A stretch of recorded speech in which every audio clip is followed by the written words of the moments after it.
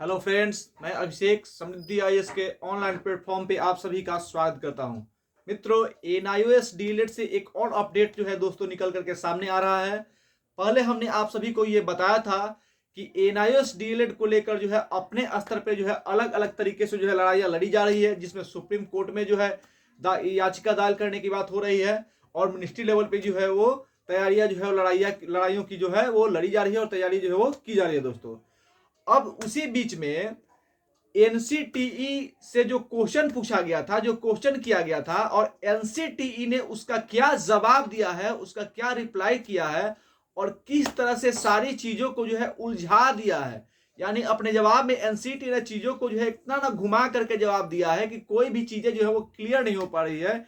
इन सारी चीजों को हम इस वीडियो के माध्यम से दोस्तों डिस्कस करेंगे और आप सभी को जो है बताने का प्रयास करेंगे।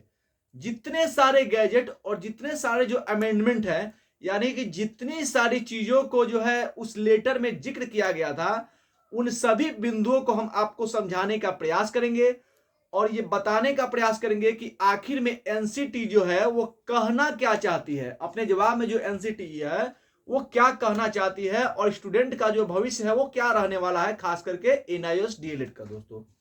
तो सबसे पहले, क्या एनआईओएस डीएलएड वाले जो बच्चे हैं वो 2 इयर्स डीएलएड जो है उसके इक्विवेलेंट है या नहीं है? पहला क्वेश्चन जो है ये आ रहा है। क्या एनसीटी ने ये क्लियरिटी दिखाया है अपने जवाब में कि एनआईओएस के बारे में उन्होंने सही जवाब दिया है? इन सभी चीजों को हम इस वीडियो के माध्यम से आपको समझाने का दोस्तों प्रयास करेंगे।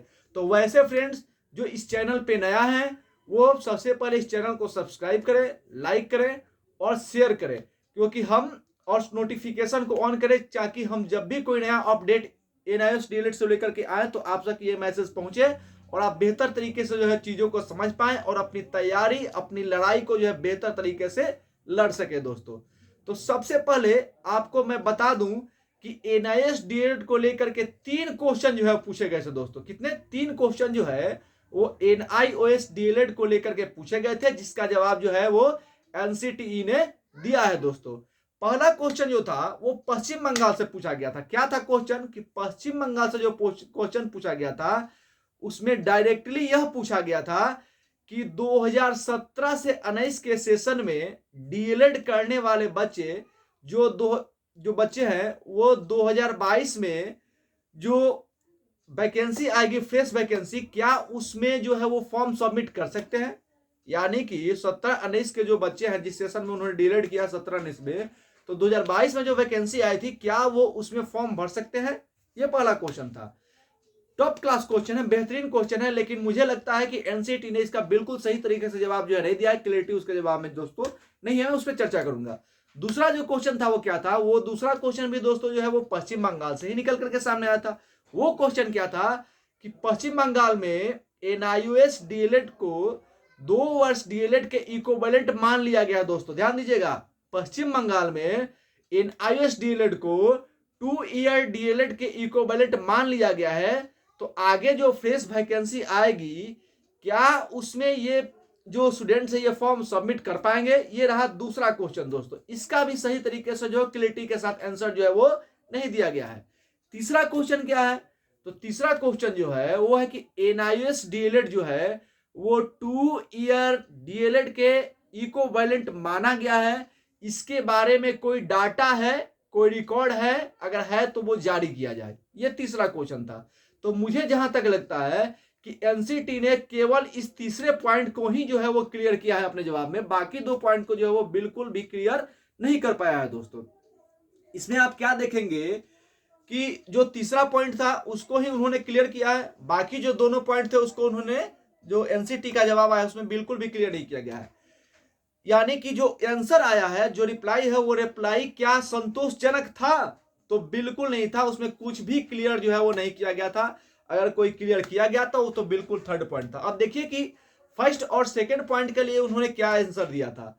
जो 15 जनवरी को इसका रिप्लाई आया था एनसीटी के माध्यम से, जो रिप्लाई निकल करके सामने आया वो 15 जनवरी को आया था दोस्तों। यानी कि कल के डेट में जो है वो रिप्लाई उसमें आया था, जिसमें उन्होंने बताया था फर्स्ट और सेकंड क्वेश्चन के जो कि पश्चिम बंगाल से पूछे गए थे उसके रिस्पेक्ट में उन्होंने जो उत्तर दिया था उसमें उन्होंने केवल एलिजिबिलिटी पे चर्चा की थी। किस पे? तो एलिजिबिलिटी पे, कि प्राइमरी टीचर के लिए क्या एलिजिबिलिटी होनी चाहिए, 6 to 8 के लिए क्या एलिजिबिलिटी होनी चाहिए, 9-10 के लिए क्या एलिजिबिलिटी होनी चाहिए, और 11th-12th के लिए क्या एलिजिबिलिटी जो है वो होनी चाहिए। केवल इस पे चर्चा किया गया था और चीजों को एकदम घुमा करके, उलझा करके जो है दोस्तों रख दिया गया था, जो कि बिल्कुल ठीक नहीं है जो है स्टूडेंट्स। और ये तीनों क्वेश्चन जो है बिल्कुल वैसे ही क्वेश्चन है जो एनआईएस डीएलएड के स्टूडेंट्स के मन में उपज रहे हैं, वही क्वेश्चन जो है पूछा गया था। तो फर्स्ट और सेकंड का जो है जवाब बिल्कुल जो है संतोषजनक नहीं था, जिससे कि चीजों को समझ में आ जाए, स्टूडेंट्स जो है वो कॉन्फिडेंट हो जाए चीजों को लेकर के, तो ऐसा बिल्कुल नहीं था। लेकिन तीसरा जो पॉइंट था,